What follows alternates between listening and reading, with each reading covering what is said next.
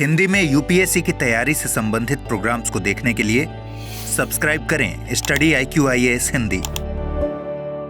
नमस्कार, बहुत बहुत स्वागत है आप सभी का स्टडी IQ-IAS हिंदी में। मेरा नाम है अतुल जैन। यूपीएससी की तैयारी, जैसा कि आप सभी लोग जानते हैं, करीब करीब आप ये मानकर चलिए कि 2 से 2.5 साल लंबी तो होती ही है। अब इस बात को आप समझ सकते हैं कि भाई आप जब तैयारी शुरू करते हैं, अगर आप मान लें कि भाई आपकी प्रारंभिक परीक्षा आमतौर पे मई के महीने में होती है, तो उसके करीब 1 वर्ष पहले से आपको तैयारी करनी शुरू करनी होती है।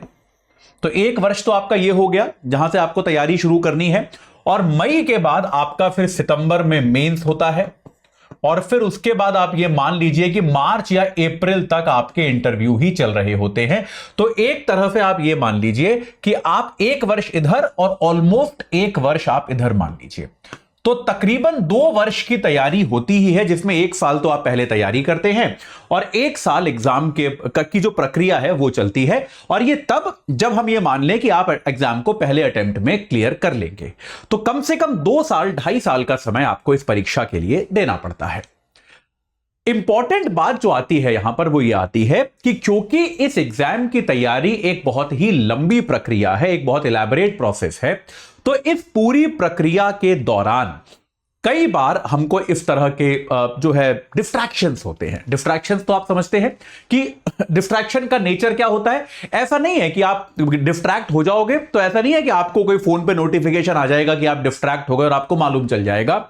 डिस्ट्रैक्शन बेटा कई बार क्या होता है कि जितनी ऊर्जा, जितनी मेहनत, जितनी लगन, जितनी खुशी के साथ आप शुरुआत में पढ़ते थे, पहले कुछ समय पढ़ते थे, आपका वो लगन जो है, जो वो आपकी जो खुशी की फीलिंग जो है, पढ़ के खुशी होती है, वो फीलिंग होनी कम हो जाती है। और ये सबके साथ होता है। अच्छे से अच्छे विद्यार्थी के साथ ये होता है कि पहले 2 महीने 3 महीने आप बहुत मेहनत के साथ पढ़ते हो, और फिर उसके बाद आपकी पढ़ाई का ग्राफ जो है वो नीचे आना शुरू हो जाता है। और सबसे बड़ी समस्या क्या होती है कि ज्यादातर विद्यार्थी उससे समझौता कर लेते हैं कि आपको लगता है कि पहले बहुत मजा आता था पढ़ने में, आजकल मजा नहीं आ रहा, कोई बात नहीं। तो आप जो है थोड़ा थोड़ा थोड़ा थोड़ा कम करते करते आपको ऐसा बहुत दिखेगा कि फिर आपको ऐसे विद्यार्थी दिखेंगे जो दिन में 1 घंटा 2 घंटे पढ़ लेते हैं, बस हो गया, ठीक है, उतना वो, और उनको लगता है कि पढ़ाई तो कर ही रहे हैं। क्योंकि इस एग्जाम में ऐसा नहीं है ना कि इसका कोई प्रिपरेटरी है। जैसे स्कूल में आपको याद होगा जब बोर्ड एग्जाम होते थे, उसके पहले स्कूल एग्जाम लेता था, प्री बोर्ड एग्जाम करवाता था, ताकि आपकी परीक्षा की जांच होती रहे।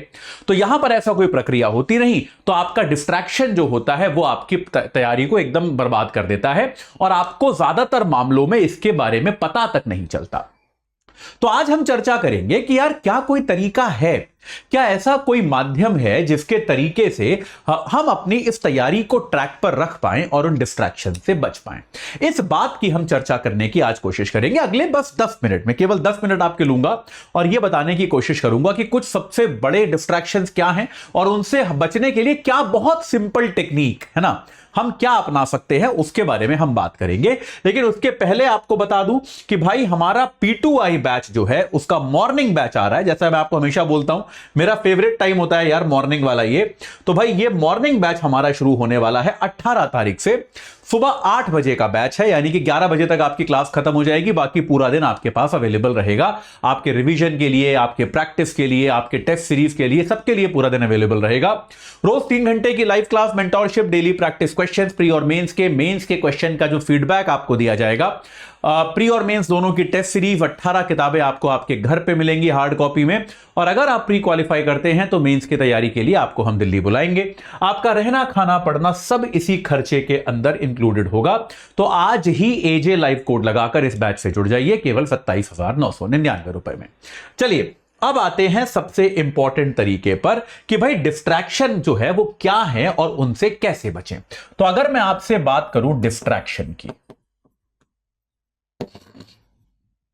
या जिसको हम हिंदी में कह सकते हैं भटकाव, इससे हम कैसे बचें। यार देखो, सबसे पहली चीज तो यह है कि इस बात के लिए आपको अपने अंदर एक चेतना जागृत करनी होगी कि यार देखो डिस्ट्रैक्शन तो होगा, कई बार क्या होता है, बहुत सारे विद्यार्थी अपने आत्मबल पर इतना भरोसा करके चलते हैं कि मुझे कोई डिस्ट्रैक्शन नहीं होगा, कि उनको जब डिस्ट्रैक्शन होता है तब वो रियलाइज ही नहीं करते, उनको पता ही नहीं चलता कि उनको डिस्ट्रैक्शन हो गया है और उनके पढ़ाई के घंटे जो हैं वो कम हो गए हैं, या उनकी पढ़ाई की जो इंटेंसिटी है वो कम हो गई है। तो यहां पर आपको क्या करना पड़ेगा, सबसे पहले तो आप इस बात को स्वीकार करें कि भैया मैं एक मनुष्य हूं तो ये होगा, ये तो होना ही है, इससे मैं बच नहीं सकता। कोई भी चीज जो आप कुछ महीने लगातार करते रहें, आप किसी एक चीज को पढ़ते रहें, एक ही काम करते रहें, तो आपका थोड़ा सा इंटरेस्ट तो उसमें कम होगा, इसमें कोई समस्या, तो इसको आप समझें। तो इससे बचने के लिए आपको पहली चीज तो यह करनी पड़ेगी कि आपको आपके लक्ष्य निर्धारित करने पड़ेंगे। सबसे पहला काम यह है, वो होना चाहिए आपका लक्ष्य निर्धारण, कि भाई आपने आपका लक्ष्य जो है वो निर्धारित कर लिया, और लक्ष्य निर्धारित करने के कारण जो है आप ये तय कर लो कि यार मेरा लक्ष्य तय है कि इस हफ्ते, इस महीने मैं इतना काम करूंगा या करूंगी, और कोई कारण नहीं होना चाहिए कि मैं इस लक्ष्य को मिस करूं। ठीक है, ये याद रखिएगा। अगर आप टारगेट सेट कर लोगे तो आपको डिस्ट्रैक्ट होने के मौके कम मिलेंगे। अगर आप जनरली पढ़ रहे हो ना कि भाई मैं तो इकोनॉमिक्स पढ़ रहा हूं, अभी जब तक हो जाएगा तब तक पढ़ लूंगा, तो डिस्ट्रैक्ट होने में क्या हो जाएगा, आपका वो एंड पॉइंट बढ़ता चला जाएगा। आपको किस दिन खत्म करनी है वो डेट आगे खिंचती चली जाएगी। अपने आप को वो लग्जरी मत दीजिए, वो छूट मत दीजिए। आप लक्ष्य निर्धारण करो, और ये लक्ष्य निर्धारण जो है आपका साप्ताहिक होना चाहिए और आपका मासिक होना चाहिए। यह बहुत जरूरी है। और यार याद रखो, देखो ऐसा एक आध दिन आएगा कि आपका आज पढ़ने का मन कम किया, कोई बात नहीं, लेकिन साप्ताहिक टारगेट आपको पूरा करना है। मतलब संडे की छुट्टी लो तो तब लो जब आपका वीकली टारगेट पूरा हो गया हो, कोई दिक्कत नहीं है। आप छुट्टी ले लो, आपका टारगेट पूरा हो गया, आप छुट्टी ले लो, आज मत पढ़ो, कोई दिक्कत नहीं है, लेकिन यह टारगेट पूरा होना बहुत जरूरी है। अगर इन टारगेट्स को आप मिस करने लगे तो आप समझ जाइए कि भैया मेरा डिस्ट्रैक्शन आ गया है, मुझे अब दोबारा से पढ़ाई पे फोकस करना पड़ेगा। दूसरा प्रॉब्लम इसमें क्या है, अच्छा कई बार लोग क्या करते हैं कि हम टारगेट पूरा कर लेंगे, मुझे चैप्टर ही पढ़ने हैं ना 4, वो चैप्टर में कर लूंगा, लेकिन थोड़ा हल्का पढ़ूंगा। पहले मैं ज्यादा मेहनत से पढ़ रहा था, अब मैं ऊपर ऊपर से पढ़ के निकल गया। इसीलिए एक बाहरी चेकिंग व्यवस्था, एक बाह्य टेस्टिंग मतलब टेस्ट सीरीज, ये इसीलिए मैं सबको बोलता हूं कि अगर आप कोई कोर्स नहीं भी लेना चाहते हो यूपीएससी के लिए, तो कम से कम एक ढंग की टेस्ट सीरीज जरूर खरीदो।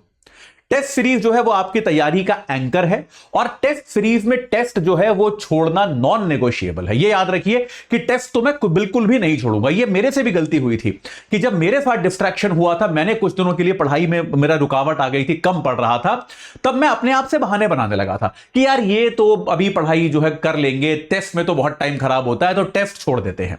टेस्ट छोड़ना अपराध है, ये याद रखिए। टेस्ट सीरीज ज्वाइन कीजिए और देखिए कि ऐसा तो नहीं है कि आपने इकोनॉमिक्स के चैप्टर्स तो पढ़ लिए, लेकिन ये चैप्टर्स जो है आपने हल्के हल्के पढ़े, और उसमें क्या हुआ, आपके टेस्ट में नंबर ही नहीं आ रहे हैं। तो आपकी टेस्टिंग की प्रक्रिया जो है वो एकदम मजबूत होनी चाहिए। उस टेस्ट के स्कोर में आप टारगेट सेट करो कि यार टेस्ट का स्कोर खराब नहीं होना चाहिए। यह आपको बिल्कुल याद रखना है, इसमें कोई छूट, कोई कोताही बर्दाश्त नहीं करनी है आपको। यह काम आपको खुद करना पड़ेगा। देखो होता क्या है, यूपीएससी एग्जाम क्योंकि बहुत दूर है, और अक्सर हम लोग एग्जाम के आसपास तो मोटिवेटेड हो ही जाते हैं, तो आपको ऐसे खुद से कृत्रिम एग्जाम क्रिएट करने पड़ेंगे। हर टेस्ट को यूपीएससी एग्जाम की तरह दो कि यही मेरा एग्जाम है। तो जितना मोटिवेटेड आप यूपीएससी एग्जाम के लिए हो, उतना मोटिवेटेड आप इस टेस्ट के लिए भी रहो कि यार ये टेस्ट है, इसमें मेरे को 100 में से 70 नंबर चाहिए, या 200 में से 120 130 नंबर चाहिए। उसके लिए आपको जिस प्रकार की पढ़ाई करनी है वो आपको करनी पड़ेगी। अगर आप उसमें जो है कुछ परिवर्तन करोगे, आप उसमें जो है किसी प्रकार का आप इसमें किसी प्रकार का ढील देना शुरू कर दोगे, तो फिर ये ढील आगे तक चली जाएगी। यह आपको करना बहुत आवश्यक है। इसके अलावा एक और जो बहुत बड़ा डिस्ट्रैक्शन होता है कि आप बोर हो जाते हो, पढ़ते पढ़ते आप ऊब जाते हो। तो यार अपने ऊपर इतना दबाव मत डालो, अपने जीवन का संतुलन बनाकर रखो, यह बहुत जरूरी है। मतलब आप, कई बार मैं देखता हूं कि विद्यार्थी जो है वो पढ़ना शुरू करते हैं और मतलब मैं आपको एक एग्जांपल देता हूं, जब मैं आईआईटी जेईई की तैयारी कर रहा था, उस टाइम के ज्यादा एग्जांपल्स हैं मेरे पास। तो भाई उस समय क्या था, हम लोग एक छोटे से क्रैश कोर्स के लिए गए थे जो मेंस के लिए होता था। तो वहां पर यार दिल्ली में हम लोग गए थे, पढ़ते थे दिन रात, बहुत मेहनत करते थे, लेकिन साथ में थोड़ा दिल्ली भी गए थे। अच्छा शहर है यार, बड़ा शहर है, बड़े सारे ऐतिहासिक स्थल हैं, बहुत सारी घूमने की जगह है, तो हम लोग शाम को घूमने भी जाते थे। भाई हमारा तरीका था, घूमने भी जाएंगे लेकिन पढ़ाई भी करेंगे। हमारे साथ एक छात्र था, वो हमसे उम्र में 1 आध साल छोटा भी था क्योंकि वो भी स्कूल में था, और स्कूल के साथ उसके माता पिता ने उसको दिल्ली भेज दिया था कि तू यहीं रहे 2 साल, 12वीं यहीं से कर, सब कुछ यहीं से कर और आईआईटी जेईई की तैयारी कर। तो यार वो जो छात्र था वो कहीं जाता ही नहीं था। उसको हम कहते थे कि यार चल, मतलब तू भी चल, थोड़ा घूम के आ, दिल्ली देख, शहर देख, मतलब काफी कुछ है यहां पर, तो चल यार तू भी। वो कभी जाता नहीं था। तो उस कारण से क्या हुआ, अब वहां पर मैं कुछ 3-3.5 महीने रहा। इन 3-3.5 महीनों में वहां पढ़कर मैंने आईआईटी जेईई निकाल लिया, मैं आईआईटी पहुंच गया। वो विद्यार्थी मुझे 1-1.5 साल बाद देने वाला था, लेकिन मैं तो छोड़ के आ गया। उसके बाद मेरे को पता चला कि करीब 6 महीने बाद वो व्यक्ति जो है एक दिन अपना बोरिया बिस्तर बांध के फ्रस्ट्रेट होके, उसने पढ़ना वढ़ना एकदम बंद कर दिया था, पूरे दिन छत पे क्रिकेट खेलता रहता था, और आखिरकार एक दिन फ्रस्ट्रेट होके अपना बैग बांधकर, वो बिहार का लड़का था, वापस बिहार चला गया। तो ये होता क्या है, अब मैंने सोचा कि उसके साथ प्रॉब्लम ये थी कि वो अपने ऊपर बहुत ज्यादा दबाव डाल रहा था। तो याद रखिए, एक संतुलन बनाकर रखिए कि आप अपना दिन का टारगेट पूरा कीजिए, बाकी समय अपने परिवार के साथ गुजारिए, अपने मित्रों के साथ गुजारिए, टीवी देखिए, फोन पे बात कीजिए, आपका कोई बॉयफ्रेंड गर्लफ्रेंड है तो उनसे मिलिए, मतलब आप आराम कीजिए। आप बाकी समय आप देखिए, याद रखिए, बहुत ज्यादा दबाव में आप 2-4 महीने तो काम कर सकते हो, 2-2.5 साल काम कर सकते हो क्या यार? ये पॉसिबल है क्या कि 2-2.5 साल आप इतने दबाव में रह लो? नहीं हो पाएगा यार, आप टूट जाओगे। तो बेहतर यह है कि एक अच्छा संतुलन जो है वो आप बनाकर रखें, ये जरूरी है, ये बहुत आवश्यक है कि ये आप इसमें जरूर करें, इसमें कोई कोताही ना करें। अच्छी फिल्में देखें, अच्छी किताबें पढ़ें, जो चीज आपको अच्छी लगती है। अगर आप स्पोर्ट्स खेलना पसंद करते हैं तो स्पोर्ट्स खेलिए, कोई दिक्कत नहीं है। बस ये याद रखिए कि आपका प्राथमिक काम पढ़ाई है, ये सारे काम सेकेंडरी हैं, ये आपको याद रखना है, लेकिन इनको करना है। एक और डिस्ट्रैक्शन का जो तरीका होता है वो होता है मोबाइल फोन। ये मोबाइल फोन तो नहीं कहना चाहिए, सोशल मीडिया। आजकल सोशल मीडिया है यार, सोशल मीडिया को लेकर मैं आपसे आग्रह करूंगा कि आप बंद कर दो, मतलब सोशल मीडिया छोड़ दो। मैं रिक्वेस्ट कर सकता हूं आपसे कि इंस्टाग्राम, फेसबुक, ट्विटर, इन सबको आप छोड़ दोगे, आपको कोई नुकसान नहीं होगा। अक्सर हम लोग ये कहते हैं कि अरे इनसे तो मेरी पढ़ाई भी हो जाती है, ट्विटर से मुझे खबरें मिल जाती हैं। कोई फायदा नहीं है, वो खबरें आपको हमारे चैनल पे मिल जाएंगी, जो भी पढ़ने लायक खबरें हैं आपको हम पढ़ा देंगे। सोशल मीडिया का बेटा जो आर्किटेक्चर होता है, जो डिजाइन होता है, वो आपका समय बर्बाद करने के लिए ही बना है। कभी सोच के देखिए कि सारा सोशल मीडिया फ्री क्यों है? पैसे क्यों नहीं लेते आपसे ये लोग, इतनी सेवाएं देते हैं? क्योंकि वो चाहते हैं कि आप ज्यादा से ज्यादा समय उनके साथ लगे रहें, ताकि वो आपको ज्यादा से ज्यादा विज्ञापन दिखा पाएं। तो सोशल मीडिया का आर्किटेक्चर ऐसा है कि वो आपकी पसंद के, आपके चॉइस के वीडियोस आपको दिखाता जाएगा, दिखाता जाएगा, दिखाता जाएगा। आपने 5 मिनट के लिए फेसबुक खोला था, आपको अचानक से 1-1.5 घंटे बाद रियलाइज होगा कि यार मैं तो 1.5 घंटे से फेसबुक ही देख रहा हूं। और ये आपके साथ रोज होगा, ये मेरे साथ आज भी होता है, क्योंकि मेरे को थोड़ी सी ट्विटर की लत है, क्योंकि अब मेरे को रखना पड़ता है, क्योंकि मुझे उसमें न्यूज देखकर आपको पढ़ानी होती है। कई बार बहुत सारी अपडेट आती है, तब भी मैंने अपने फोन से ट्विटर डिलीट कर दिया। अब मैंने कम से कम अपने लैपटॉप पे रखा है, फोन से डिलीट कर दिया कि यार मुझे फोन पे ट्विटर नहीं देखना, वरना मैं सारा दिन ट्विटर देखता रहता था। तो अगर मैं उस लत को नहीं छोड़ पा रहा हूं तो आप छोड़ पाएंगे, इस बात की संभावना कम है, आप लोग युवा हैं। तो सोशल मीडिया अगर आपके लिए संभव है, पूरी तरह से अनइंस्टॉल कर दो, कोई फायदा नहीं है। मेरा आग्रह यह है, इससे अच्छा दोस्तों से जाके फिजिकली बात करो ना यार, उनसे जाके मिलो, फोन पे बात करो उनसे। सोशल मीडिया बंद कर दो एकदम, कोई फायदा नहीं है, बहुत बड़ा डिस्ट्रैक्शन है। आखिरी डिस्ट्रैक्शन जो कि भाई आप उस उम्र में हैं, तो ये आपके जीवन का एक हिस्सा है, इसको हम ये तो नहीं कह सकते कि आपको ये डिस्ट्रैक्शन नहीं होगा। तो ये जो आखिरी डिस्ट्रैक्शन है वो होता है रोमांटिक रिलेशनशिप्स का डिस्ट्रैक्शन। इसको हम मना तो नहीं कर सकते, जिसको हम कहते हैं भाई रोमांटिक रिलेशनशिप का डिस्ट्रैक्शन। आप जब तैयारी करेंगे, आप अगर किसी कोचिंग इंस्टीट्यूट में जाते हैं, खासतौर पे फिजिकल इंस्टीट्यूट में, वहां पर आपको अलग अलग प्रकार के लोग मिलेंगे। अब देखिए, ये आपके जीवन का एक हिस्सा है और इसमें कोई सकुचाने की या कोई एम्बैरेस होने की आवश्यकता नहीं है। ये आपकी आयु है, ये आपका मतलब आपको दूसरे लोगों के प्रति आकर्षण होगा, ये बात संभव है और ये होगा, इसको भी आप रोक नहीं सकते। पर इस समय मैं आग्रह ये करूंगा कि अगर आपका कोई पुराना रिलेशनशिप है तो उसको तो आप रखें, कोई दिक्कत नहीं है, लेकिन यूपीएससी की तैयारी के दौरान बेहतर होगा कि आप कोई नया रिलेशनशिप शुरू ना करें, क्योंकि नया रिलेशनशिप जो होता है वो बहुत ज्यादा समय और एफर्ट मांगता है। आप पूरे समय किसी व्यक्ति से फोन पर बात करते रहते हैं, चैट करते रहते हैं, पूरे समय उनसे मिलने के बारे में सोचते रहते हैं, वो आपकी तैयारी के लिए हेल्दी नहीं है। तो बेहतर यह है कि इन 1-2 साल आप अपने आप को समझाइए कि यार मतलब मैं इस समय ये नहीं करना चाहता, ये 1-2 साल मुझे अपने आप को रोक कर रखना है, इन 1-2 साल जो है मैं किसी प्रकार के रिलेशनशिप इत्यादि में नहीं जाना चाहता।